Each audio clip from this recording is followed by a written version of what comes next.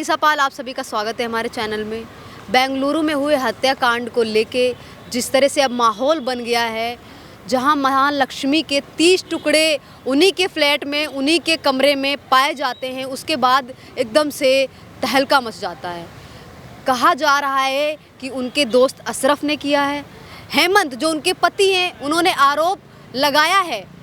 उनके जो अशरफ है, उनका जो दोस्त है, उस पर आरोप जिस तरह के लगाए हैं कि इन्होंने ही 30 टुकड़े किए होंगे। जिस तरह से फ्रिज में 30 टुकड़े मिले, उसके बाद घमासान छा गया है हमारे। देखिए, ये दुर्भाग्य है हमारे समाज का। हमारे समाज से मेरा मतलब है पूरे भारत समाज का।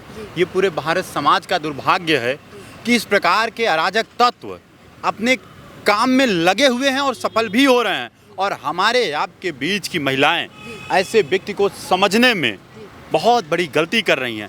अब इनका उसी दिन खात्मा तय हो गया था जिस दिन इनको पता है कि ये बेंगलुरु में ही ये कांड नहीं होने वाला है, बल्कि दिल्ली में भी हुआ है, मध्य प्रदेश में भी हुआ है, उत्तर प्रदेश में भी हुआ है, कर्नाटक में भी हुआ है, उड़ीसा में भी हुआ है, असम में भी हुआ है, गोवा में भी हुआ है, पूर्वोत्तर भारत में भी हुआ है।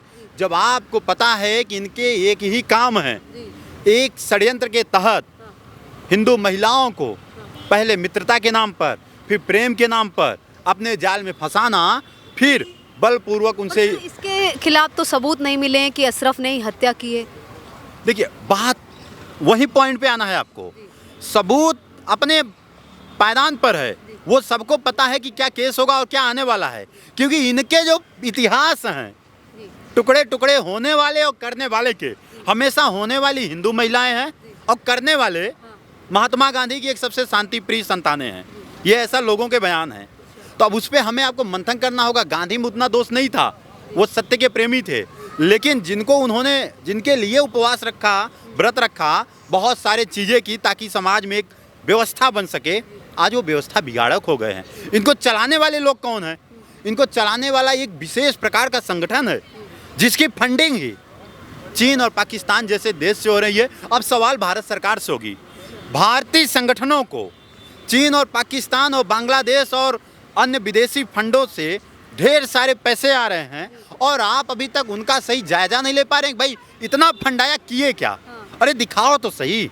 हम कह रहे हैं तुम्हारे पास 5 करोड़ आया, तुम कह रहे हो मेरा 4 करोड़ खर्च हो गया, हुआ कहाँ? उसका जायजा तो लेने का भारत सरकार को हक होना चाहिए। पहले हेमंत से शादी, फिर अशरफ से दोस्ती, उसके बाद फ्रिज में 30 टुकड़े, क्या मसला क्या है? देखिए, मैं इस पे उंगली नहीं उठाऊंगा, ये एक महिला है। अभी मैं कुछ बोलूंगा, सामने से आपके ही कमेंट में सैकड़ों महिलाओं की गाली आ जाएगी। तुम कौन होते हो मुझे ज्ञान देने वाले कि मैं किससे मित्रता करूं, किससे नहीं करूं? ये भाई, ये अब महिलाएं कहने लगी मेरी अभिव्यक्ति की आज़ादी है, मेरा चुनाव, मैं चाहे जिससे मित्रता करूं। शादी के बाद मैं अनेकों पुरुषों के साथ पार्टी में जाऊं, चाहे पार्कों में जाऊं। ये महिलाओं ने अपने आज़ादी में रखा है।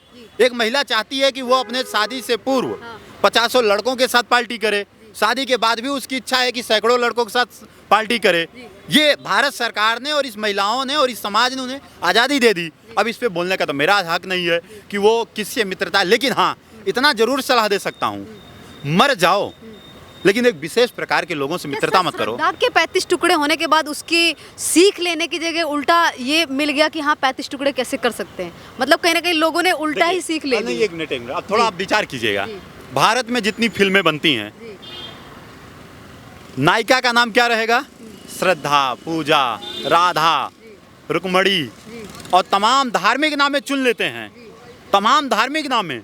और जो नायक की भूमिका में रहेगा, अशरफ, सलमान, अब्दुल इत्यादि नामों के साथ नायक की भूमिका रहेगी, और इत्यादि नामों के साथ नायिका की भूमिका रहेगी। अब आप विचार कीजिए, जो चीज़ आपको बार बार दिखाया जा रहा है किस प्रकार से गले में मंगलसूत्र डाली हुई महिला, साड़ी पहनी हुई महिला एक मुस्लिम के संपर्क में आती है, और उसको जब एक भोजन बनाने की प्रतियोगिता में जाती है तो उसका भोजन सही से बन नहीं रहा था, तो वो तुरंत हिजाब पहनती है और कुछ करने लगती है, वो विजयी हो जाती है। ये एक षड्यंत्र है। अमिताभ बच्चन जो आज बने बैठे हैं, वो बुलेट प्रूफ की जगह अपना एक बहुत अच्छा ज्ञान दिए थे। उनकी एक पिक्चर आई थी, शायद इस देश ने सबने देखा होगा, तूफान। और एक पिक्चर आई थी, उन सबने देखा होगा, कुली नंबर 1। अब तुम फिल्म के द्वारा लोगों को ये बताने की कोशिश कर रहे हो कि जो प्लेटफार्म होते हैं ट्रेन के वो यात्रियों के लिए नहीं, वो नमाज पढ़ने के लिए होते हैं। हाँ, ये कहीं ना कहीं व्यवस्था बिगाड़ने वाले संगठन हैं। हाँ, हमें नमाजियों से कोई दिक्कत नहीं है जो मस्जिदों में बैठ के करते हैं, हमें लोगों से नहीं दिक्कत है, हमें हमारे समाज की बिगड़ती हुई व्यवस्था से दिक्कत है, हमें हमारे समाज की उखड़ती हुई इस 2M दर्जे के विकास से दिक्कत है, हमें हमारी मरती हुई बहन बेटियों के सुरक्षा के लिए चिंतित होना है। बार बार कटने के बाद भी हमारा समाज इनको रोटी दे रहा है। सर अभी तक की कंफर्म नहीं हुआ, पुलिस है वो भी अभी तक की कोई सबूत खंगाल नहीं पाई है, पता नहीं चला है कि ये टुकड़े किसने किए। हम आप सुनिए, आप जहाँ की बात कर रहे हैं वहाँ सरकार किसकी है? पहले बताइए, सरकार किसकी? कांग्रेस की है। कांग्रेस सरकार है। मैं तो कह रहा हूँ हो सकता है वह कोई परिणाम ही ना आए, उसके पति को ही दोषी कह दे। तो आप कांग्रेसियों को समर्थन बोल रहे हैं, मतलब कह रहे हैं कि जो अपराधी है उसका समर्थन करेगी कांग्रेस। सीधी सी बात है। हाँ। अयोध्या में, मैं अयोध्या इसलिए ले जाना चाह रहा हूँ, जानते रहिए कि कौन से व्यक्ति किस चरित्र के होते हैं। वहाँ के मुख्यमंत्री तो कह रहे हैं कि जो भी अपराधी है हम उसके अपराध को निकाल के सजा बकायदा देंगे उसको। भाई चल रही है जांच पड़ताल। तो हमें ये दुर्भाग्य लगता है, अयोध्या में 13 वर्षीय दलित लड़की का बलात्कार होता है, राहुल गांधी का पूरा सोशल मीडिया आप खंगाल डालिए, एक स्थान भाई राहुल गांधी के अपने मत हो सकते हैं लेकिन अपराधियों के प्रति उनके सहानुभूति नहीं हो सकती ना, लेकिन उनके सारी सहानुभूति अपराधियों के प्रति है।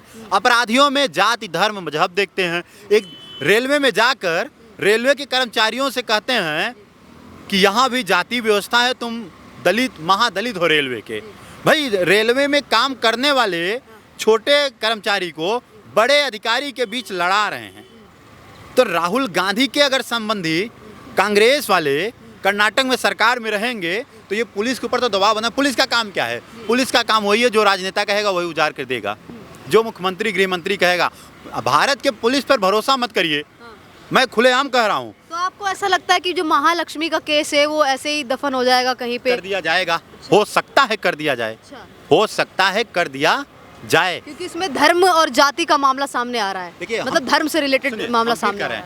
बात धर्म की जहां आएगी और जहां विशेष समुदाय आएगा वहां इनके ये काम होंगे ही होंगे, वहां ये अपने पहलुओं को दबाएंगे। अच्छा आप बताइए, कश्मीर में जितनी घटनाएं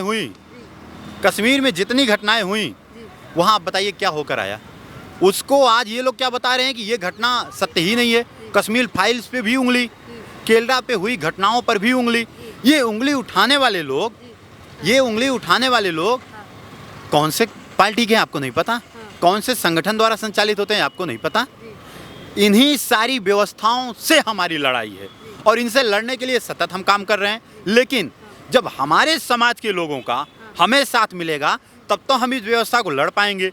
हम सामने वाले व्यक्ति को कमज़ोर करने की कोशिश कर रहे हैं, पीछे से हमारे लोग इनको अनुदान दे रहे हैं, कोई और नहीं दे रहा है, हमारे अपने लोग जाके दे रहे हैं। तो ये मजबूत होगा, इसके हाथ में हथियार खरीदने के लिए पैसे आते रहेंगे।